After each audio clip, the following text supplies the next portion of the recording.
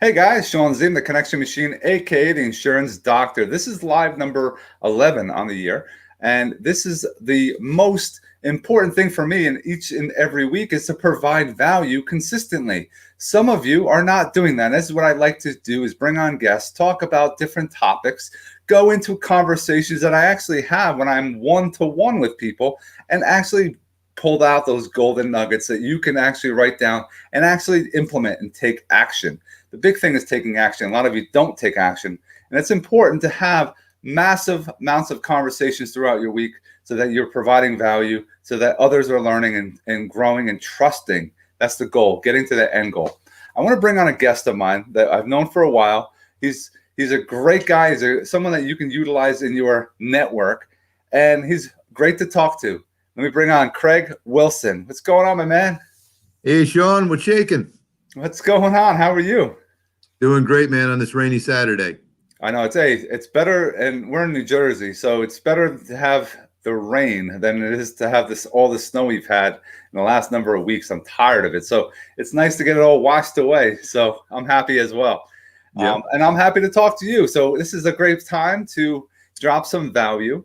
Can you give us a little introduction of who you are, so those that are watching can understand who you are and what you do? Well, who I am is a born and bred Jersey boy. Grew up in Morristown, live in Parsippany, didn't stray too far. About 6 years ago, I got introduced to the cabinet industry by a friend of mine, having no experience whatsoever, but having a background in sales and marketing. I was a former mortgage guy, did other things in the sales field. I'm good at math and geometry, and it's amazing. I became a quick study, but like everything else, it was about building relationships, just going out there and finding people and getting them to trust you, just getting them to like you and trust you. And here I am, I'm in my showroom right now in Madison, New Jersey. It's called Kitchens Unlimited. The owners are John and Adrian D. Simone. They also own Harding Homes, amongst other things. They're one of the premier builders in the area. So adding this company was a nice extension of their business. And we've been going on our 4th year anniversary, and things continue to grow. It's just been absolutely phenomenal. And I'm very blessed, very blessed. And just to add on a more personal note, I'm married, got a couple of kids, college, high school. Shout out to my daughter who turned 17 today. Happy birthday, Stephanie. And Happy birthday. And like I say, we've got a beautiful wife, Christine. We've been married going on 25 years now. Very blessed. And that's my story, and I'm sticking to it. No, that's awesome. It's important to really dive deep. And I love how you shared about your family, because it's all about having those relationships, building, knowing, and putting it out there, because people need to know that you have a family, that you're a human being. You're not just a salesman, right? You're not just going to come into somebody's home, or they're going to come to you and you're going to sell them something. We were talking before we came on, and we're talking about how you really suck at sales, right? Can you tell us about that? Well, I'm someone who doesn't have a college degree. Got a couple of years of county college underneath my belt. I took my first sales job when I was 21 years old, selling for an auto parts store, and a Napa auto parts store. I wanted to go into sales. I don't know why. Just something told me I wanted to do it. I liked where I worked. I liked how the salesmen seemed to have the most freedom, and they also seemed to be the guys making the most money. So that was kind of my initial drive. And when that company that I was with before didn't want to promote me to sales, I went and found a sales job. I just knew that's what I wanted to get into. And I've been in sales now, mostly commission-based sales, since I was 21. And, that was a big leap of faith. A lot of people thought I was crazy. I've taken jobs along the way, but along the way, I've worked in some corporate environments. And in those corporate environments, they always wanted to have their scripts. They wanted to have their closing lines. They wanted to have their goals and we wanted to have, hey, Brad, thanks for tuning in, Brad. They wanted to have, their quotas, how many phone calls you made, how many prospects you spoke to, how many, presentations did you make, and all that stuff. And I found after a while that I didn't feel genuine. And I know to anybody out there that is in a corporate environment, I do apologize. But I found that if I had to sell somebody today, I had to keep selling them. And just, I was very fortunate that when I found my way into the cabinet business, it actually, believe it or not, even then I was still being told to go out and get 40 prospects a week and talk to this many people and make this many, you got to make this many presentations. And fortunately for me, that first place that I worked with, unfortunately things didn't work out, and we parted ways after a couple of years. And that's when I really, at the age of like 49, I just decided, you know what, I'm done selling. If I can't have fun doing what I'm doing, I just don't want to. And I got rid of the closing lines, I got rid of the sales pitches, and I literally say to every one of my clients, hey, we're going to have fun. That's it, and if I'm not having fun with them, usually most of the time I end up not working with them. And I'm a big goofball. I tell a lot of bad jokes, but I do listen to my customers. But as I say, I ditched the sales lines and the closing lines. I ditched them 4 years ago, and it was the best decision of my life. Love it, man. Love it. Brad, he says, I hate being sold to, or when a salesperson is just reading the script, it isn't honest and it's off-putting. 100%. It's a change of, we're not in that kind of always closed kind of situation anymore. It's definitely a changing of the guard. It's more value today. It's all about, having fun when you're around your clientele and the prospects. And it's important to people understand that, because if you're always closing, and then that also people understand, they feel that you need the money. You're desperate. You need to pay the mortgage. You need to pay the car. And when you start feeling that, it's a wrong business to be in. If you have that mindset that you're thinking that people are dollar signs, that's not what they are. They're people. Right.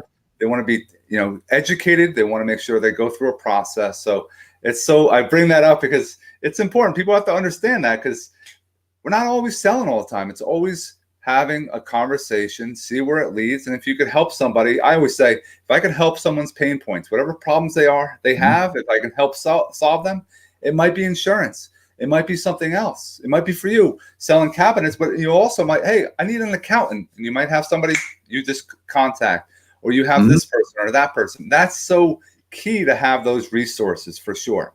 Now, what are some non-negotiables? You're in sales for a while. What are some non-negotiables that you can share with us? Are you into certain things in the morning, certain things in throughout your day? Is there certain techniques that you practice? Share something for us. I think my first non-negotiable is I want to wake up in the morning. It's funny. I think my number one non-negotiable is having fun. I really do. It sounds weird. That's my number one non-negotiable. Number two non-negotiable is, I believe, is customers trying to, I want to respect my customers' time and just hope they respect my time. If someone starts treating me like I'm the hired help, so to speak, then sometimes I will take a step back.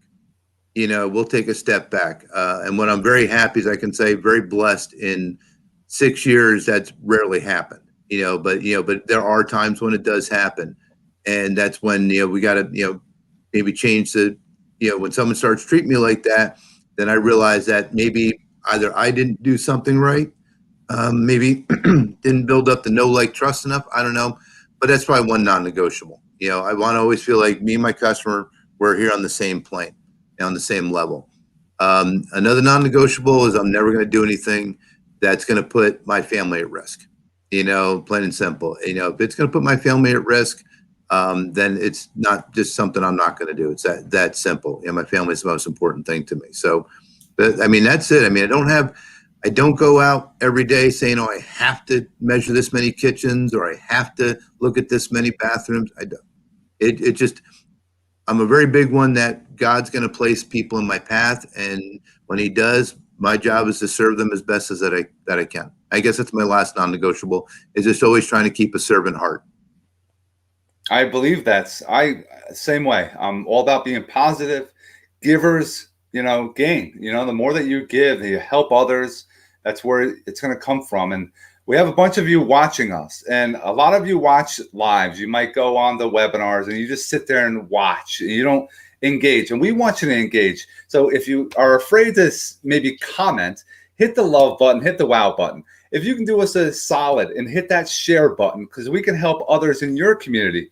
And if you are in a business that you want to network and use this time, this half hour with us, drop your website in the comments so we could all get to know each other as well. So you're here with us, guys. If you're hashtag live, if you want to drop a comment, hashtag live, hashtag replay, so we can have some engagement as well. And if you have questions for us throughout, we'll get to them. If not, afterwards, we for sure will have those answers for you. Now, in the kitchen, cabinet business, how are leads generated for you? Are you one that sets up a sales force, or you have postcards going out? How does that all work for you? Do you have differences as far as what the business gives you or the company gives you and what you do? How does that work? Well, believe it or not, I don't know if my owners are watching right now, but one of the first things my owner, John, said he loved about me is he loved my old school approach. I'm going to quote a very good friend of mine, Kevin Knebel. If anyone wants a phenomenal a phenomenal resource and person to follow, it's Kevin. But he's a big fan of saying it's never about the tool, it's about the person. So the tools that we use are always going to change. But I've just taken an old school approach. Believe it or not, I don't send out postcards. I may hang, sometimes if I'm in a community of townhomes, I may go drop a couple of door hangers while I'm there. But I've generated the network of all our businesses referred to us. And the owners of Kitchens Unlimited were originally my customer. Okay, and how I met them was I passed by some new construction in Chatham, 5 years ago, maybe 5 years ago, and stopped in to see if I could find out who the builder was. Turns out the builder was their dad. Okay, and I connected with the dad, and the dad introduced me to his son. And he said, "Here, my son's building 8 townhomes. You need to take a look at this project."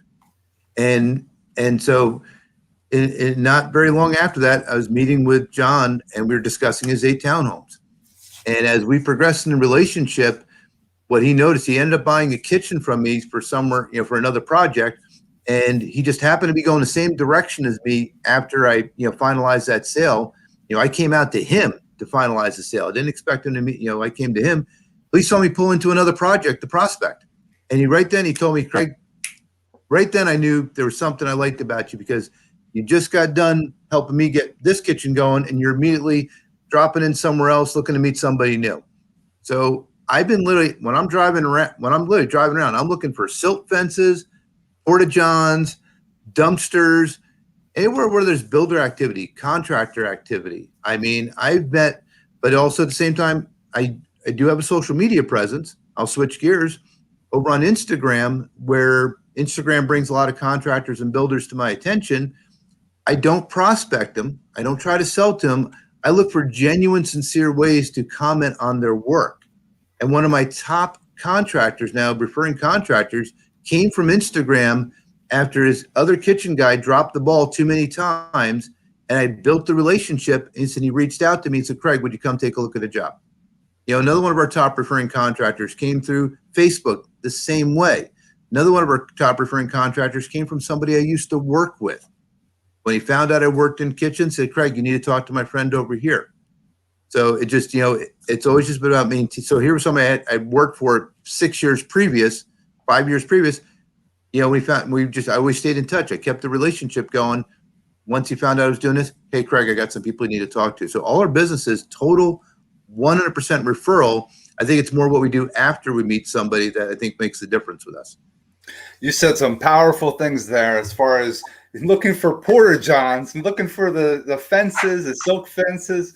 These are trigger points for contractors. People are going to be working on properties, and contractors need to have good relationships with cabinet makers, tile people, anything, you name it. That's how you have those relationships. And it's a smart way, guys. That's why some agents, real estate agents, might door knock. You're basically door knocking with contractors but also these contractors might do multiple deals every week, every month. And these are opportunities that you can have with 1, 2 to 10, 20 solid relationships that can really prosper down the road for sure. I love it. We have some people engaging. We have Charlie, we have Brad. Thank you, Kay. You guys are awesome. If you have questions for us, drop them in the comments. Hashtag live, hashtag replay on the replay. And also, if you have a website, if you have anything that you want to, promote, drop it in there. Don't do no, I don't know, Mary Kay and things like that. Let's do it more related to this real estate business here. Now, we are using video. Yep. How are you using video? Is it something that's scary for you? Because sometimes a lot of people have a fear to get in front of the camera. We have a beautiful shot. We're not, professionals with cameras and lighting and all that good stuff. I have some lighting and mics now, 3 years later. I didn't have that in the beginning. How important is video to you? Well, video is something I just started dabbling with, and I'm really digging this setup. I mean, I'm already getting inspired by how I can use my showroom here to do more of it. So I decided to come here today to do this instead of being at home where there might be some distractions. I've done a little bit of video on Facebook. I've done a little bit of video on Instagram, and it's funny, I get a lot of great comments there, where people, and I jokingly say, hey, I got a face made for radio. And, I'm stealing that line from my friend Kevin, but so I always joke around. I don't know who wants to see this on their screen, but I do like going in, taking videos of finished jobs. I've done a couple. I need to do more, but I do like going in. Anyone who follows Gary Vaynerchuk, he's a big one where he's like, video everything, video everything, record everything, and just don't worry if it sucks. Just start putting it out there and, create content. You've got content around you all day. And then once again, it's just really giving people a glimpse into who you are, really. If you're spending more time just having fun, showing them what you do, as opposed to trying to sell them what you do, it really gives people a glimpse into who you are. Because now we can't see everybody face to face, and thanks to the digital age, we can see everybody face to face, I guess, and be out there and have a lot more eyeballs on us using video. So it's something I know we've talked about this, that I need to continue the conversation with you, because I know you got a lot of great skills there. And anyone listening, guys, Shawn's the guy. Just watch his page and whatnot, and you'll see he's definitely someone you need to go work with that can help you get up to speed on video. If you're not, just don't be afraid to do it. Don't be afraid to do it. Go suck. Literally, go suck. You'll suck at first, but you'll get better. Okay, it's just like dating. We all sucked when we first started trying to date. Remember high school, everybody? But we didn't stop dating, did we? Just because we sucked at first. So just go do it. Suck a little bit, but you'll get better. It's so true, because I look at video I did 3 years ago, and I'm like, oh my God, I put this stuff out here, and the audio wasn't the greatest. If I stood at different parts of my older laptop, it wasn't working right. But I wanted to put the content out there because they need to see you. They need to understand. And providing that resource, you can interview people. You can interview your town. Be uber local. Go and provide, if you are one that's a team leader for any business you're involved with, all your trainings. You can do one of these, talk. You can share your screen. You can show everything, do it once, and now you have it for life. So why have all these meetings, all these consistent meetings, when you can do it and just onboard people a little easier as well? We have a couple comments here. After you get the cabinet set up with Craig, let me help you market the property. Here we go, a little self-plug there. There we go, Charlie. We have Brad. The only way to learn how to box is to get in the ring and get knocked down and learn how to get back up and get better. That's the only way for sure. And what I love about this as well is with video, we're using StreamYard. Some people use Zoom. Some people, I use Messenger, the video. Instead of a phone call, you have a video. That's more powerful today because people now will see you and you can get to know them a little better. You can see the quirks. You know how people talk on the phone and they can be doing things and all these facial gestures. You'll see that now on a video with somebody else and actually learn to grow and like and trust them. So Mhm. are you networking more online, or are you still doing some, how are you going about that route? I know you do the, stop by contractor sites and things like that. What other ways do you network? Um, I'll tell you, I have embraced, obviously online and social media. I can always be better, can always up my game. But, between Facebook, Instagram, LinkedIn, right now, those are like the three platforms that I engage on in different ways. What's nice is like LinkedIn brings me a broader audience, obviously, but it's amazing how that broader audience eventually will attract people from will lead to other connections and other relationships that'll Hmm. bring. Instagram definitely is much more local and targeted. Facebook, much more the personal side, but we do have our business page there. But I still like to network in person. I know because of COVID, we haven't had quite the same opportunities. I do belong to the local chamber of commerce, the Parsippany Area Chamber of Commerce. I do belong to a networking group out of Randolph. Um, so it's great to have those connections. And to spend the personal time outside of just the business networking with some of those people, have get-togethers. Um, I think like I said, going back to what I said before, borrowing a line from Kevin Knebel, it's never about the tool, it's about the person. Tools are going to change. So if Hmm. you suck at networking, no matter what the tools are, you're going to suck at networking. If you're great at networking or learn to become great at networking, doesn't matter what the tools are, you're going to be great at networking. But just take advantage of the tools that are around you. And I'm probably taking advantage of me like that much, I feel sometimes. But yeah, I'm still doing both. I'm still doing the in-person, still doing the social media, loving doing this right now. This is another extension of it. And just, most of the time, just trying to have fun and comment on those other people's stuff and just do my best to keep the relationships going, but sincerely comment. I mean, anybody that you and I both know will tell you, I'm never really trying to sell to Hmm. anybody else's page. I never jump in on a conversation and try to, and Charlie, I know Charlie's having a little fun there, but Charlie's right. But I don't blatantly, just jump in there and try to be Mr. Self-Promoter. And you see people that do that. And that's where like the next step, I think, when people don't understand what networking, folks, I know it's so tough sometimes to play the long game, but you have to play the long game. You got to play the long game. I once got asked to speak in front of a large meeting in Pennsylvania, and they asked me to talk about social media, LinkedIn, mainly LinkedIn and whatnot. And what I did is I literally jumped up on a chair and started yelling about what I do for a living. And people started looking at me like I'm crazy. And I said, okay, well, would you walk into a Chamber of Commerce meeting and do that? They're like, no. I said, then stop doing it on social media. And that's where I think some people, they just think they get on social media and they just start yelling about what they do.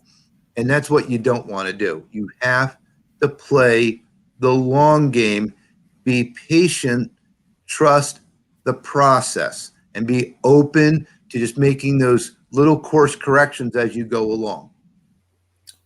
I like that. Definitely. That's a lot of people, yeah, jump on their chair and they're just yelling, me, what I can do, what I can do. The constant, promotion. That's in the reverse. You should be all about how can I help you? A big networking tip. Yep. If I'm on the phone with somebody and I have connection calls every day, and if someone goes right into selling me something, it's like, okay, I always set up a 15-minute call.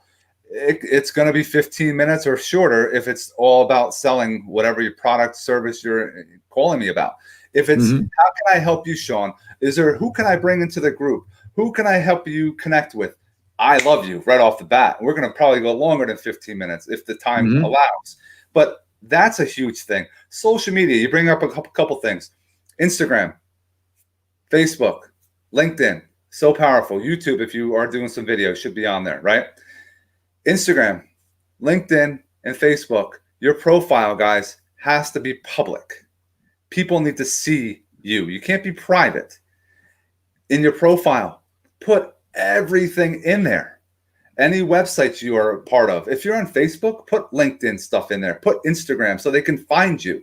Don't keep it a secret. Nobody will find you. When people friend request, I look at someone's profile. And if I don't have some mutual friends, or they're from a far off country, and I'm like, what the heck? Why are you even friend requesting me? I just delete you.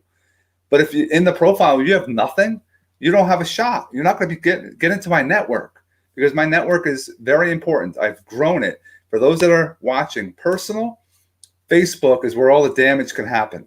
That's where you can do all your work. You can share things. You can and promote things. But it's my personal page. That's where all the magic happens. But you can only have 5,000. Your business page you can go over. Then you can play around with groups as well. And if you don't have a group, definitely recommend having a group, because that's where you have more like-minded individuals that you can see and you have more control over. Because if you post, here's value. Guys, if you do a post and you put your website in that comment or in the post itself, that post will never be shown. It'll go out there. No one will see it. You put a post out, hey guys, check out this, or see me in this video, and put it in a comment below. That's where people can now see your stuff. It's all ways of playing with your algorithm. That's the way to go. So it's important to constantly provide the value. And the value, you are definitely bringing it today, and I appreciate that. Is there any final thoughts you can give to the ones that are watching? Please don't forget to hit the share button, guys. We love to help as many people as possible. Well, I guess one thing, going back to earlier in the conversation, I keep talking about playing the long game. And, and obviously I love, thank you for the, bringing in the fact that it's about talking about the other people in your network. Because I think the big mistake a lot of people make is that anytime they get into a networking situation, they just try to sell to that immediate network. And folks, I sell kitchen cabinets. If I walk into a chamber meeting or some networking event, the chances of even one person maybe doing their kitchen is very little. I'm not there to sell to them. I said, you're really there to meet people, listen, make connections, have fun. And then more importantly, once you do make these connections, don't just all of a sudden turn into Mr. or Mrs. Salesman. Back to when I was saying about how I go meet a lot of my potential clients, when I meet them, I'm not trying to sell them. Because if they're building a house, good chance they already have a cabinet guy that's going to supply that house. So I'm not trying to sell them on that house, but I am there to build a relationship. I am, as you said, Shawn, I'm looking to find some pain maybe, but something I can slowly, just turn in and nurture into a relationship. And I'll say 75 to 80% of the time, it's them calling me. It's not, believe it or not, I'm rarely calling these guys back to try to prospect them. Hey, John, do you remember me? We met at such and such. No, it's like I may touch base. Hey, John, I just kind of thought I'd check in, or maybe I'll find him on Instagram or find him somewhere. Hey, I remember meeting you at that house, man. That came out great, man. There was some really cool things, and I like this and I like that. Once again, I'm not selling me. I'm selling me, but I'm not selling my product. It's always about, once again, because they have everybody that's already pounding on them, trying to sell them. Play the long game. I know we've already talked about that. For final thoughts, play the long game, folks. Play the long game. Because if you do change industries or do change companies, people will follow you if they know, like, and trust you. Okay? And that's really what you want to be. You want to be the person that people want to follow.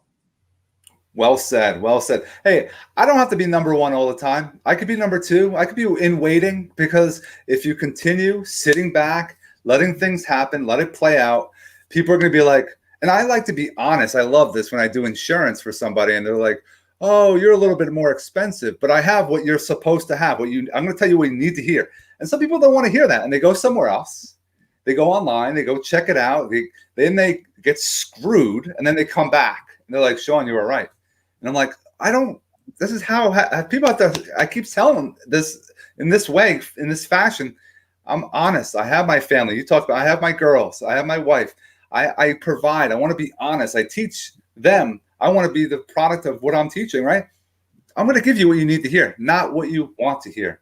And will it be more money sometimes? Possibly, but you get what you pay for. You want to make sure you're going to have, if you want to have top of the line cabinets, yes, you want that best product, but there's also a budget. You can also work for budgets as well. So it's just having those conversations. I'll be number two for a little bit, because I know they're going to come around.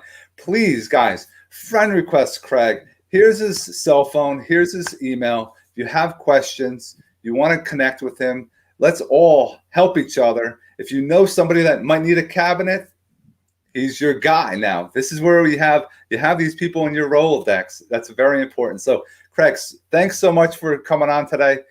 Dropping some major value. If you're catching the end of this, wait till it uploads and get the replay. And please, guys, share the video. We hope you enjoy the rest of your day. Craig, thanks so much again. All right, Shawn. Thanks for having me. Very humbled by it. Thank you. Have a great day, guys.